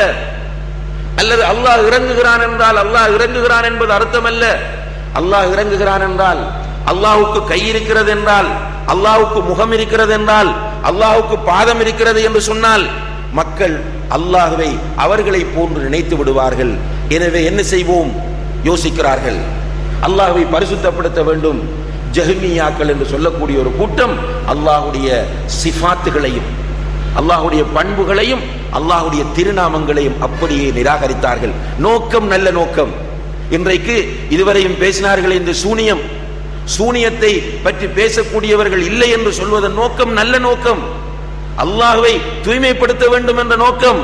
ஆனால் குர்ஆனும் ஹதீஸும் சொன்ன முறை கிடையாது. அதே போன்றுதான் இந்த ஜஹ்மியாக்கள் அல்லாஹ்வை பரிசுத்தப்படுத்த வேண்டும், அல்லாஹ்வை பாதுகாக்க வேண்டும், அல்லாஹ்வை கண்ணியப்படுத்த வேண்டும் என்பதற்காக அல்லாஹ்வுக்கு திருநாமங்கள் கிடையாது, அல்லாஹ்வுக்கு சிஃபாத்துகள் கிடையாது என்று சொன்னார்கள். அன்புள்ள சகோதர சகோதரிகளே, அதற்கு பிறகு ஒரு கூட்டம் வந்து சொன்னார்கள், இல்லை, குர்ஆனிலேயே வருகிறது வலில்லாஹில் அஸ்மாஉல் ஹுஸ்னா, அல்லாஹ்வுக்கு அழகிய திருநாமங்கள் இருக்கின்றன என்று குர்ஆன் சொல்லுகிறது. எனவே நாம் அதை மறுத்து விடக்கூடாது. எனவே சிஃபத்துகள் இல்லை என்று சொல்லுவோம், சிஃபத்துகள் இல்லை என்று சொல்லுவோம், அல்லாஹ்வுக்கு திருநாமங்கள் இருக்கின்றன என்று சொன்னார்கள். அவர்கள் தான் முஅ்தஸிலாக்கள். நோக்கம் என்ன? அல்லாஹ்வை பாதுகாக்க வேண்டும். அதற்கு பிறகு வந்தவர்கள் அஷாயிராக்கள். அஷாயிராக்கள் சொன்னார்கள், அல்லாஹ் என்றால் அவனுக்கு என்று ஒரு 8 பண்புகள் அல்லது 7 பண்புகள் இருக்க வேண்டும். அந்த 7 பண்புகளும் இருந்தால் அவன் அல்லாஹ் என்பதற்கு போதுமான சான்றாக அமைந்துவிடும். எனவே அந்த 7 பண்புகளையும் அல்லாஹ்வுக்கு இருக்கிறது என்று சொல்வோம், ஏனைய பண்புகளை எல்லாம் மறுத்து விடுவோம். இப்படி தங்களுடைய அக்லை பயன்படுத்தி அகீதாவை புரிய முற்பட்டதனால் வழிகட்டு போனார்கள். பண்புள்ள சகோதர சகோதரிகள் நன்றாக புரிந்து கொள்ளுங்கள், இஸ்லாமிய அகீதா என்பது நபிகள் நாயகம் ஸல்லல்லாஹு அலைஹி வஸல்லம் அவருடைய வஃபாத்தோடு பூரணப்படுத்தப்பட்டு விட்டது. இஸ்லாமிய அகீதா என்பது நபி ஸல்லல்லாஹு அலைஹி வஸல்லம் அவருடைய வஃபாத்தோடு பூரணப்படுத்தப்பட்டு விட்டது. இஸ்லாமிய அகீதா முழுக்க முழுக்க தௌகீஃபிய்யா, அதிலே பகுத்தறிவுக்கு ஆய்வுக்கு எந்த இடமும் இல்லை. ஏனென்றால் அவை அனைத்துமே மறைவானவை. இந்த இஸ்லாமிய அகீதாவோடு தொடர்பாக வரக்கூடிய குர்ஆன் வசனங்களையும் ஹதீஸ்களையும் சஹாபா பெருமக்கள் எப்படி புரிந்து கொண்டார்களோ அப்படி புரிந்து கொண்டால் எந்த சிக்கலும் வராது. இன்றைக்கு நீங்கள் பார்க்கிறீர்கள், வழிகேட்டில் இருக்கிறவர்கள் அல்லது உலகத்தில் இருக்கிற அத்தனை பேரும் என்ன அழைப்பு விடுக்கிறார்கள்? நாங்கள் சொல்லக்கூடிய கொள்கைதான் சரியானது, எங்களுடைய அகீதா தான் சரியானது என்ற அழைப்பைத்தான் எல்லோரும் விட்டுக் கொண்டிருக்கிறார்கள். ஷேக் அப்துல்லா ஜமாலி வந்து பேசினாலும் அல்லாஹ் எங்கும் நிறைந்திருக்கிறான், குர்ஆனில் ஆதாரம் காட்டுகிறார், ஹதீஸில் ஆதாரம் காட்டுகிறார். அல்லது காதியானிகள் வந்து பேசினாலும் அவர்கள் அவர்களுடைய கொள்கைக்கு குர்ஆனில் இருந்து ஹதீஸில் இருந்து ஆதாரம் காண்பிக்கிறார்கள். அதே போன்று முஅ்தஸிலாக்கள் வந்து பேசினால் அவர்களும் அவர்களுடைய கொள்கைக்கு குர்ஆனில் இருந்து ஹதீஸில் இருந்து ஆதாரம் காண்பிக்கிறார்கள். ஷியாக்கள் வந்து பேசினால் அவர்களும் குர்ஆன் ஹதீஸில் இருந்து ஆதாரம் காண்பிக்கிறார்கள். இப்போது பொதுமக்கள் குழம்பி போகிறார்கள். யாராவது ஒருவர் அவருடைய லாஜிக்கு பொருந்தக்கூடிய முறையில் விளக்கம் சொல்கிறாரோ அந்த விளக்கம் தான் சரியானது என்று பொதுமகன் நினைத்து தடுமாறுகிறான். அல்லது அவரும் குர்ஆன் ஹதீஸ் என்கிறார், இவரும் குர்ஆன் ஹதீஸ் என்கிறார், அவரும் தௌஹீத் என்கிறார், இவரும் தௌஹீத் என்கிறார். இப்போது எந்த கொள்கையை நான் ஏற்றுக்கொள்வது என்கிற மிகப்பெரிய ஒரு குழப்பத்திற்கு பொதுமக்கள் ஆளாகி இருக்கிறார்கள். ஒரு வாதத்திற்கு அவர்கள் தேவை என்றால் அவர் சொல்வதுதான் சரி, இவர் சொல்வதுதான் சரி என்று வாதங்கள் செய்தாலும் உண்மையில் அவர்களுடைய உள்ளங்களில் குழப்பம் இருக்கிறது, உள்ளங்களில் சந்தேகம் இருக்கிறது. எல்லோரும் ஒன்றாக இருந்தார்கள், எல்லோரும் குர்ஆன் ஹதீஸ் என்கிறார்கள், எல்லோரும் தௌஹீத் என்று பேசுகிறார்கள். இதிலே எது சரி எது தப்பு என்று பிரித்தறிய முடியாமல் இருக்கிறார்கள். அன்புள்ள சகோதர சகோதரிகளே, நன்றாக உங்களுடைய மனங்களிலே பதித்துக் கொள்ளுங்கள். இன்றைக்கு உண்மையில் யார் சத்தியத்தில் இருக்கிறார் என்று கேட்டால் ஒவ்வொருவரும் நாங்கள் தான் என்று சொல்கிறார்கள். பிரித்தறிய முடியாது. இதற்கு முந்தைய நூற்றாண்டிற்கு சென்று பார்த்தால் அங்கும் இப்படியே பிரச்சனை இருந்திருக்கிறது, அதற்கு முந்தைய நூற்றாண்டிலும் இதே பிரச்சனை இருந்திருக்கிறது. இப்படியே போய் பார்த்தால் பிரச்சனை இல்லாத ஒரு காலம் எது? இஸ்லாமிய அகீதா விஷயத்தில் பிரச்சனை இல்லாமல் இருந்த காலம் எது? யாருடைய காலம்? ரசூலுல்லாஹி அலைஹி வஸல்லம் அவர்களும் சஹாபாக்களும் இருந்த காலம். அந்த காலத்தில் தான் ஒரு சஹாபி, நீ வழிகேடு, நான் சத்தியத்தில் இருக்கிறேன், விவாதிப்போமா வா, முபாலா செய்வோமா வா என்று அழைக்கவில்லை. சஹாபாக்கள் எல்லோரும் சத்தியத்தில் இருந்தார்கள் என்பதில் நமக்கு எந்த விதமான மாற்று கருத்துக்களும் இல்லை. இப்ப சஹாபாக்கள் சத்தியத்தில் இருந்தார்கள் என்றால் அகீதாவோடு தொடர்பாக அல்லாஹும் அல்லாஹுடைய தூதரும் சொல்லக்கூடிய குர்ஆன் வசனங்களையும் ஹதீஸ்களையும் சஹாபாக்கள் எப்படி புரிந்து கொண்டார்களோ அந்த முறையில் இன்றைக்கு யாரெல்லாம் புரிகிறார்களோ அவர்கள் நிச்சயமாக சத்தியமாக சத்தியத்தில் இருக்கிறார்கள். இதற்கு மாற்றமாக யாரெல்லாம் தங்களுடைய ராயை அடிப்படையாக வைத்து, தங்களுடைய அக்லை அடிப்படையாக வைத்து, அல்லது தங்களுடைய வாத திறமையை அடிப்படையாக வைத்து அகீதாவை புரிந்து கொள்ள முயற்சிக்கிறார்களோ சத்தியமாக அவர்கள் வழிகேட்டில் இருக்கிறார்கள். இவர்கள் சத்தியத்தில் இருந்தால் சஹாபாக்கள் வழிகேட்டில் இருக்க வேண்டும். நன்றாக புரிந்து கொள்ளுங்கள். சஹாபாக்கள் சத்தியத்தில் இருந்தால் இவர்கள் வழிகேட்டில் இருக்க வேண்டும். எனவே சஹாபாக்கள் சத்தியத்தில் இருந்தார்கள் என்றால் சஹாபாக்கள் இந்த குர்ஆன் வசனங்களையும் ஹதீஸ்களையும் எப்படி புரிந்து கொண்டார்களோ அப்படி புரிந்தால் அல்ஹம்துலில்லாஹ் ஈடேற்றம் வரலாம். எந்த மஸலாவாக இருந்தாலும் சரி, சிஹருடைய மஸலாவாக இருக்கலாம், அல்லது அல்லாஹ்வுடைய அஸ்மா சிஃபாத்தோடு தொடர்பான பிரச்சனைகளாக இருக்கலாம். எந்த ஒன்றையும் நீங்கள் கொண்டு போய் ஃபிட் பண்ணி பார்க்க வேண்டிய இடம் சஹாபாக்களுடைய காலம். சஹாபாக்களுடைய காலத்தில் இந்த குர்ஆன் வசனம் இருந்தது. சூரத்துல் பக்ரா 102வது வசனம் சஹாபாக்களுடைய காலத்தில் இருந்தது. இஜ்தனிபுஸ் ஸபஅல் மூபிகாத் என்கிற ஹதீஸ், 7 பெரும்பாவங்களை தவிர்ந்து கொள்ளுங்கள் என்கிற ஹதீஸ் சஹாபாக்களுடைய காலத்தில் இருந்தது. அந்த நேரத்திலே அஸ்ஸிஹர், இரண்டாவதாக சிஹர் என்பதை அல்லாஹ்வுடைய தூதர் சொன்னார்கள். அஜ்வா பேரிச்சம்பழத்தினுடைய ஹதீஸ் சஹாபாக்களுடைய காலத்திலே இருந்தது. இது போன்று மூசா அலைஹிஸ்ஸலாம் அவர்கள் மலக்குல் மௌத்துடைய கண்ணை குத்தியதாக வரக்கூடிய ஹதீஸ் ரசூலுல்லாஹி அலைஹி வஸல்லம் அவர்கள் சொல்லி சஹாபாக்களுடைய காலத்தில் இருந்தது. அல்லாஹ் தஆலா கீழ்வானத்திற்கு இறங்குகிறான் என்ற ஹதீஸ் சஹாபாக்களுடைய காலத்தில் இருந்தது. இன்று பேசப்படுகிற அத்தனையும் சஹாபாக்களுடைய காலத்தில் இருந்திருக்கிறது. சஹாபாக்கள் அதை எப்படி புரிந்து கொண்டார்கள்? உதாரணமாக ஏற்கனவே நாம சொன்ன அந்த ஹதீஸ், இரவின் 3வது பகுதியில் அல்லாஹ் தஆலா கீழ்வானத்திற்கு இறங்குகிறான். இறங்கி ஹல் மின் சாயிலின் ஃபஉதி, என்னிடம் கேட்பவர்கள் யாராவது இருக்கிறார்களா, அவர்களுக்கு கொடுக்க வந்திருக்கிறேன். என்னிடம் பாவ மன்னிப்பு தேடி யாராவது வந்திருக்கிறார்களா, நான் பாவ மன்னிப்பு வழங்க வந்திருக்கிறேன். அன்புள்ள சகோதர சகோதரிகளே, இந்த ஹதீஸ் சஹீஹானது. இந்த ஹதீஸை நாம் நம்ப வேண்டும். இந்த ஹதீஸின் அடிப்படையில் நாம் இரவின் 3வது பகுதியை பயன்படுத்த வேண்டும். அந்த நேரத்தில் எழுந்திருக்க வேண்டும், துஆ கேட்க வேண்டும், இஸ்திக்பார் செய்ய வேண்டும். இந்த ஹதீஸை சஹாபாக்கள் எப்படி புரிந்து கொண்டார்கள்? இன்றைக்கு எப்படி புரிந்து கொள்கிறார்கள்? இன்றைக்கு உள்ளவர்கள் என்ன சொல்கிறார்கள் என்றால், பூமி சுழல்கிறது, எனவே இரவின் 3வது பகுதி 24 மணி நேரமும் இருக்கும். பூமி சுழல்கிற காரணத்தினால் இரவின் 3வது பகுதி 24 மணி நேரமும் இருக்கும். அல்லாஹ் இறங்குகிறான் என்று சொன்னால், இரவின் 3வது பகுதியில் அல்லாஹ் கீழ்வானத்திற்கு இறங்குகிறான் என்று சொன்னால், அல்லாஹ் கீழ்வானத்திலே தான் இருந்து கொண்டிருக்கிறானா? எப்படி அறிவுபூர்வமான கேள்வி! மக்கள் எல்லோரும் ஆஹா, அருமையான ஒரு கேள்வி அல்லவா, அருமையான ஒரு வாதம் அல்லவா, இப்படி யாருமே சிந்திக்கவில்லையே என்று பிரமித்து போய் மூக்கிலே விரலை வைத்து, இவரல்லவா அறிஞர், எப்படி யோசித்து விட்டார். அப்ப என்ன சொல்கிறீர்கள்? அல்லாஹ் இறங்குவதில்லை, அல்லாஹ்வுடைய ஒரு விசேடமான பார்வை இறங்குகிறது. இப்படித்தான் இந்த ஹதீஸை நாம் புரிந்து கொள்ள வேண்டும் என்றால், இந்த மக்கள் அப்பாவி மக்கள், பாவம். அபூபக்கர் ரலியல்லாஹு அன்ஹு அவர்கள் புரிந்து கொண்டதற்கு மாற்றமாக, உமர் இப்னு அல்-கத்தாப் ரலியல்லாஹு அன்ஹு அவர்கள் புரிந்து கொண்டதற்கு மாற்றமாக, இப்னு அப்பாஸ் ரலியல்லாஹு அன்ஹுமா புரிந்து கொண்டதற்கு மாற்றமாக, அன்னை ஆயிஷா ரலியல்லாஹு அன்ஹா அவர்கள் புரிந்து கொண்டதற்கு மாற்றமாக இன்றைய காலத்தில் ஒருவர் வந்து தத்துவம் பேசி தனக்கு விஞ்ஞானம் தெரியும் என்று சொல்லும் போது அல்லாஹ் இறங்கவில்லை, அல்லாஹ்வுடைய விசேடமான பார்வைதான் இறங்குகிறது என்று சொன்னால், அந்த அபூபக்கரும் உமரும் உஸ்மானும் ரலியல்லாஹு அன்ஹும் வழிகட்டில் இருந்தார்களா அல்லது இவர்கள் வழிகட்டில் இருக்கிறார்களா என்பதை நிதானமாக சிந்திக்க வேண்டுமே தவிர, ஏற்கனவே இஸ்மாயில் சலஃபி அவர்கள் சொன்ன அந்த அரபு பழமொழியின் அடிப்படையில் நாம் இருந்துவிடக் கூடாது. ஒரு விஷயத்தை நீ கடுமையாக நேசிக்க ஆரம்பித்தால் அந்த நேசம் உன்னை குருடாகவும் செவிடாகவும் ஆக்கிவிடும். அந்த நேசத்தை தான் இன்று பார்க்கிறோம். இதற்கு முன்னரும் பார்த்தோம். இமாம் ஷாஃபி ரஹ்மத்துல்லாஹி அவர்கள் மீது கொண்ட நேசமும் பக்தியும் தான் அந்த மக்களுடைய கண்ணை மூடி தக்லீத் பண்ண வைத்தது. இமாம் அபூ ஹனீஃபா மீது உள்ள நேசம் தான் அந்த மக்களை கண்ணை மூடி அபூ ஹனீஃபா இமாம் சொன்ன அத்தனையும் பின்பற்ற வைத்தது. இமாம் மாலிக்கின் மீது உள்ள நேசம் தான் மாலிக் மதுஹப் என்று இமாம் மாலிக் ரஹ்மத்துல்லாஹி அவர்களுடைய அத்தனை கருத்துக்களையும் குர்ஆன் சுன்னாவுக்கு ஒத்து வந்தாலும் வராவிட்டாலும் ஏற்றுக்கொள்ளக்கூடிய நிலையை உருவாக்கியது. அந்த நேரத்தில் தான் இந்த மக்களோடு நாம் போராடினோம், அந்த நேரத்தில் தான் அடிக்கப்பட்டோம், அந்த நேரத்தில் தான் சிறை சென்றோம், அந்த நேரத்தில் தான் ஊரை விட்டு விலக்கப்பட்டோம். இன்றைக்கு அதே நிலைமை தலைகீழாக மீண்டும் வந்திருக்கிறதா இல்லையா? இன்றைக்கு அல்லாஹ்வுடைய தூதரை பின்பற்றுங்கள், அவர்களை சஹாபாக்கள் எப்படி பின்பற்றினார்களோ அந்த முறையில் பின்பற்றுங்கள். சஹாபாக்களை பின்பற்ற சொல்லவில்லை.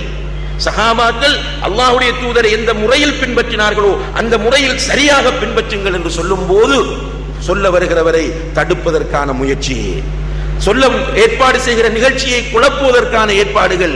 அன்று இமாம் ஷாஃபியை கண்மூடித்தனமாக பின்பற்றிய மக்களை எதிர்த்த நேரத்தில் அந்த மக்கள் எப்படி செய்தார்களோ அதே நிலை இன்று மீண்டும் வந்திருக்கிற ஒரு நிலையை பார்க்கிறோம். அல்லாஹ்வை நாம் எல்லோரும் பயந்து கொள்ள வேண்டும். இது நீயா நானா என்ற ஒரு போராட்டம் அல்ல. அன்புள்ள சகோதர சகோதரிகளே, இப்னு உமர் ரலியல்லாஹு அன்ஹு அவர்கள் சொல்கிறார்கள், தீனுக் உன்னுடைய மார்க்கம், உன்னுடைய மார்க்கம் இன்னமா ஹுவ லஹ்முக வ தமுக், இந்த மார்க்கம் என்பது உன்னுடைய இரத்தம், உன்னுடைய சதை.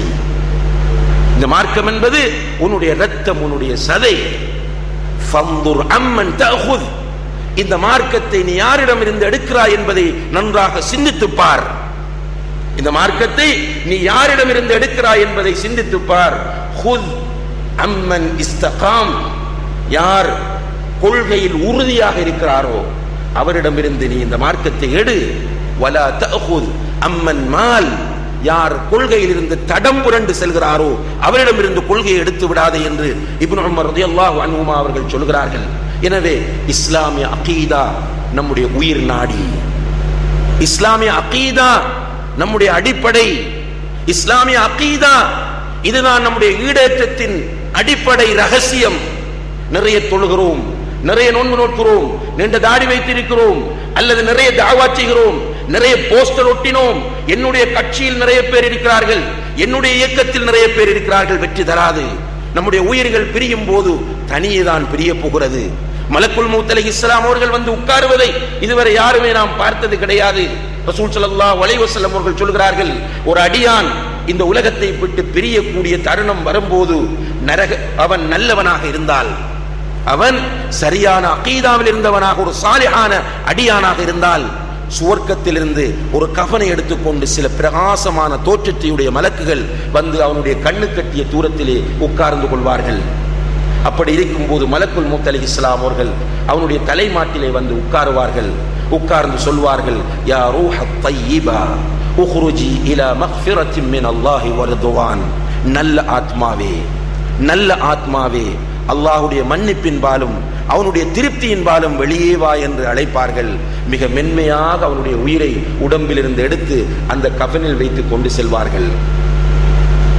இந்த உலகத்திலே சரியான கொள்கை இல்லாத ஒரு ஃபாஜிர், ஒரு பாவி, அவனுடைய அஜல் முடியும் போது நரகத்தில் இருந்து ஒரு கஃனை எடுத்துக்கொண்டு பயங்கரமான தோற்றத்தையுடைய சில மலக்குகள் வந்து அவனுடைய கண்ணு கட்டிய தூரத்தில் உட்கார்ந்து கொள்வார்கள். அப்போது மலக்குல் மௌத் அலைஹிஸ்ஸலாம் அவர்கள் வந்து அவனுடைய தலைமாட்டிலே உட்கார்ந்து, யா ரூஹல் ஹபீஸா, கெட்ட ஆத்மாவே, அல்லாஹ் உக்ரிஜி இலா சஹத்தின் மின் அல்லாஹி வ அஸாப், அல்லாஹ்வுடைய கோபத்தின்பாலும் அவனுடைய தண்டனையின்பாலும் வெளியே வா என்று அழைப்பார்கள். அவன் அந்த நேரத்திலே கத்துவான், ரப்பி லௌலா அഖர்தனி இலா அஜலின் கரீப் ஃபஅஸ்ஸதக வஅகும் மினஸ் சாலிஹீன். யா அல்லாஹ், கொஞ்ச நேரம் என்னை நீ பிற்படுத்தினால் நான் நல்லவனாக வாழ்ந்து காட்டுவேன், நல்ல கொள்கையை பின்பற்றுவேன் என்று அந்த நேரத்தில் மன்றாடுவான். ஆனால் ஒரு ஆத்மாவுக்கு எழுதப்பட்ட தவணை வந்துவிட்டால் ஒரு நொடி பிற்படுத்தப்படவும் மாட்டான், பிற்படுத்தப்படவும் மாட்டான். இப்படியான ஒரு நிலையை நாம் எல்லோரும் தனியே தான் சந்திக்க வேண்டும். நம்மோடு இஸ்மாயில் சலஃபி வரப்போவதில்லை, நம்மோடு பிஜே வரப்போவதில்லை, நம்மோடு எஸ்கே வரப்போவதில்லை, நம்மோடு முபாரக் மதனி வரப்போவதில்லை. ஒவ்வொருவரும் தனித்தனியே தான் இந்த உலகத்தை விட்டு பிரிய வேண்டும். அதற்கு பிறகு கண்ணியத்திற்குரிய சகோதர சகோதரிகளே, கபரிலே உலகம் அழியும் வரையும் வாழ வேண்டும். உலகம் அழியும் வரைக்கும் கபரில் வாழ்க்கை. அந்த வாழ்க்கை முடிந்த பிறகு மீண்டும் எல்லோரும் அரசாத்துல் கியாமா என்கிற ஒரு நிலையில், அதை மஹ்ஷர் என்று இந்த மக்கள் சொல்லுகிறார்கள், அந்த மஹ்ஷரிலே 50,000 வருடங்கள் நிற்க வேண்டும். அல்லாஹு அக்பர். 50,000 வருடங்கள் நிற்க வேண்டும். காலில் செருப்பு கிடையாது, உடம்பிலே ஆடை கிடையாது. சூரியன் தலைக்கு 1 மைலுக்கு அப்பால் கொண்டு வந்து நிறுத்தப்படும். பெற்ற தாய் தன்னுடைய பிள்ளையை பார்த்து மகனே என்று ஓடி வராமல், மகனை கண்டால் விரண்டோடுவாள். பிள்ளை தாயை கண்டால் விரண்டோடுவான். அப்படியான அந்த பயங்கரமான நேரத்தில் ஒவ்வொருவரும் யா நப்சி யா நப்சி என்று நம்மை பற்றி கவலைப்பட வேண்டிய ஒரு தருணம். எனவே அன்புள்ள சகோதர சகோதரிகளே, இந்த உலகத்தில் வாழும் போது அவருக்காக இவருக்காக அந்த கட்சிக்காக இந்த கட்சிக்காக கொள்கை இழந்து விடாதீர்கள். சரியான கொள்கை, சஹாபா பெருமக்கள் எந்த கொள்கையில் இருந்தார்களோ இதில் நமக்கு சந்தேகம் வந்தால் நிச்சயமாக அதற்கு மேல் பேசுவதற்கு ஒன்றுமே கிடையாது. சஹாபாக்கள் வழிகட்ட கொள்கையில் இருந்தார்கள் என்றால், சஹாபாக்கள் இந்த கொள்கை மோசமான கொள்கை என்று ஒருவர் நினைப்பாராக இருந்தால் அவரோடு பேசுவதிலும் அர்த்தமில்லை, அவரை பற்றி என்ன சொல்வது என்றும் புரியவில்லை. நிச்சயமாக சஹாபாக்கள் இருந்த கொள்கை சத்திய கொள்கை. ரசூல் ஸல்லல்லாஹு அலைஹி வஸல்லம் அவர்கள் சொன்னார்கள், என்னுடைய இந்த சமுதாயம் 73 பிரிவாக பிரியும், எல்லோரும் நரகம் செல்வார்கள் ஒரு கூட்டத்தை தவிர. அந்த ஒரு கூட்டம் யார்? மா அன அலைஹில் யௌம வ அஸ்ஹாபி, நானும் என்னுடைய தோழர்களும் இருக்கிற வழி என்று சொன்னார்கள். எனவே இன்றைக்கு வழிகேடர்கள் அவர்களுடைய கருத்தை நிலைநாட்டுவதற்காக வேண்டி அந்த அல்லாஹ்வினால் சான்று பகரப்பட்ட நம்முடைய மனச்சாட்சிகள் தெளிவாக ஏற்றுக்கொள்ளக்கூடிய அந்த கண்ணியமான சஹாபாக்களையே இன்றைக்கு டேமேஜ் பண்ணி கொண்டிருக்கிறார்கள். இந்த கொள்கைகளுக்கு பின்னால் செல்லாதீர்கள் சகோதர சகோதரிகளே. இவர்களுடைய கொள்கை சும்மா தெரிந்து கொள்வதற்காக படிக்கிறேன் என்றும் படிக்காதீர்கள். இவர்களுடைய பயான்களை கேட்காதீர்கள், இவர்களுடைய புத்தகங்களை பார்க்காதீர்கள், இவர்களுடைய இணையதளங்களை தரிசிக்காதீர்கள், இவர்களுடைய எந்த ஒன்றையுமே நீங்கள் திரும்பி பார்க்காதீர்கள். சஹாபாக்களையே டேமேஜ் பண்ணுகிறார்கள் என்றால் அல்லாஹ் ரலியல்லாஹு அன்ஹும் வ ரது அன்ஹு என்று சொல்லி இருக்க, நபிகள் நாயகம் ஸல்லல்லாஹு அலைஹி வஸல்லம் அவர்கள் அல்லாஹ் அல்லாஹ் ஃபீ அஸ்ஹாபி, என்னுடைய தோழர்கள் விஷயத்தில் அல்லாஹ்வை பயந்து கொள்ளுங்கள், அல்லாஹ்வை பயந்து கொள்ளுங்கள் என்று சொல்லி இருக்க, நீங்கள் உஹது மலை அளவு தங்கத்தை தர்மமாக செய்தாலும் என்னுடைய தோழர்கள் ஒரு கையளவு செய்த தர்மத்திற்கு அது ஈடாகாது என்று அல்லாஹ்வுடைய தூதர் ஸல்லல்லாஹு அலைஹி வஸல்லம் அவர்கள் சான்று பகிர்ந்திருக்க, அந்த சஹாபாக்களை தங்களுடைய கொள்கையை வழிகட்ட கொள்கையை நிலைநாட்டுவதற்காக வேண்டி சஹாபாக்களை குறை கண்டு கொண்டு அவர்களை டேமேஜ் ஆக்கி கொண்டு, அதுக்குள்ள ஒரு வாதம் என்னென்றால் எல்லோரையும் சொல்லவில்லையே, எல்லா சஹாபாக்களையுமா சொல்கிறார்கள்? அம்ரு பின் ஆஸை சொன்னார்கள், இப்னு அப்பாஸை சொன்னார்கள், இன்னும் ஒரு சில சஹாபாக்களை தான் சொன்னார்கள், எல்லோரையுமே சொல்லவில்லையே என்று சிலர் விவாதங்கள். அல்லாஹு அக்பர். அன்புள்ள சகோதர சகோதரிகளே, எனவே உறுதியானதும் தெளிவானதுமான கொள்கை, சரியானதுமான கொள்கை குர்ஆனும் ஹதீஸும் சொல்ல, அதை சஹாபாக்கள் எப்படி ஏற்றிருந்தார்களோ அந்த கொள்கை தான் சரியான கொள்கை, சரியான அகீதா. அகீதா சீராக விட்டால் நம்முடைய அமல்களில் எந்த பிரயோசனமும் இல்லை. எனவே நம்முடைய கொள்கைகளை சஹாபா பெருமக்கள் எந்த கொள்கையில் இருந்தார்களோ அந்த அடிப்படையில் அமைத்துக் கொள்ளுங்கள். எந்த ஒரு பிரச்சனை இந்த காலத்தில் வந்தாலும், எந்த மிகப்பெரிய ஒரு மகான், மிகப்பெரிய ஒரு ஆய்வாளர், மிகப்பெரிய ஒரு தியாகி, மிக கஷ்டப்பட்ட ஒருவர் வந்து ஒரு புதிய கொள்கையை சொன்னால் உடனே கேளுங்கள், சஹாபாக்களில் யார் இந்த கொள்கையை சொல்லி இருக்கிறார்? எந்த சஹாபி நீங்கள் சொல்லக்கூடிய இந்த கருத்தை சொன்னார் காட்டுங்கள், உடனே நாங்கள் நம்புகிறோம் என்று சொல்லுங்கள். அது எந்த ஒரு பிரச்சனையாக இருக்கலாம், இதை அடிப்படையாக வைத்துக் கொள்ளுங்கள். இல்லாமல் பிலோசபிகளை, லாஜிக்கை பேசிக் கொண்டிருந்தால், அன்புள்ள சகோதர சகோதரிகளே, பிலோசபி லாஜிக் தான் ஷைத்தானை அல்லாஹ்வுடைய அந்த உயர்ந்த இடத்திலிருந்து தூக்கி எறிய வைத்தது. ஷைத்தானை நரகத்தின் அடித்தட்டில் ஆக்கியது இந்த பிலோசபியும் லாஜிக்கும் தான் என்பதை புரிந்து கொள்ளுங்கள். யாரெல்லாம் பிலோசபி பேசுகிறார்களோ, யாரெல்லாம் லாஜிக் பேசுகிறார்களோ, இவர்கள் தெளிவான பித்அத்வாதிகள், வழிகேடர்கள் கொள்கை விஷயத்திலே. கொள்கை விஷயத்திலே, அகீதாவுடைய விஷயத்திலே யாரெல்லாம் பிலோசபி பேசுகிறார்களோ, யாரெல்லாம் லாஜிக் பேசுகிறார்களோ, இவர்கள் நிச்சயமாக வல்லாஹி வழிகட்டில் இருக்கிறார்கள். எனவே இவர்களுடைய விஷயத்தில் அல்லாஹ்வை பயந்து கொள்ளுங்கள், இவர்களுக்கு பின்னால் செல்லாதீர்கள். அஹ்லு சுன்னாவுடைய கொள்கையில் இருக்கக்கூடிய உலமாக்களிடத்தில் சென்று இஸ்லாமிய கல்வியை தேடுங்கள், இஸ்லாமிய அகீதாவை படியுங்கள். பல பரீட்சையை பார்க்காதீர்கள். அவர் என்ன சொல்கிறார், இவர் என்ன சொல்கிறார் என்று கேட்காதீர்கள். உங்களால் அதை நிறுத்தி பார்க்கக்கூடிய அளவுக்கு உங்களிடம் பலம் கிடையாது. சகோதர சகோதரிகளே, உங்களை நீங்கள் புரிந்து கொள்ளுங்கள். இஸ்மாயில் சலஃபி என்ன சொல்கிறார், பிஜே என்ன சொல்கிறார் என்று பலம் பார்க்காதீர்கள். உங்களால் தீர்மானிக்க முடியாது. தெளிவாக ஒன்று மட்டும் உங்களுடைய இயல்பை ஏற்றுக்கொள்ளக்கூடிய அம்சம், சஹாபா பெருமக்கள் சத்தியத்தில் இருந்தார்கள் என்பது எந்த சந்தேகத்திற்கும் இடமில்லாமல் உங்களுடைய இயல்பு ஏற்றுக்கொள்ளக்கூடிய ஒரு விஷயம். எனவே அந்த இயல்பின் அடிப்படையில் சஹாபா பெருமக்கள் குர்ஆன் ஹதீஸ் அடிப்படையில், சஹாபா பெருமக்கள் குர்ஆன் ஹதீஸ் அடிப்படையில் எந்த கொள்கையில் இருந்தார்களோ அந்த கொள்கையில் நாம் எல்லோரும் இருந்து மௌத்தாக வேண்டும். அந்த கொள்கை தான் இஸ்லாமிய அகீதா என்று சொல்லக்கூடிய கொள்கை. அகீதா சஹீஹா என்பதும் அதைத்தான். இதை நாம் சரியாக புரிந்து கொண்டால் வாழ்க்கையில் எந்த ஒரு சந்தர்ப்பத்திலும் இது சரியா தப்பா என்கிற குழப்பம் நமக்கு வராது.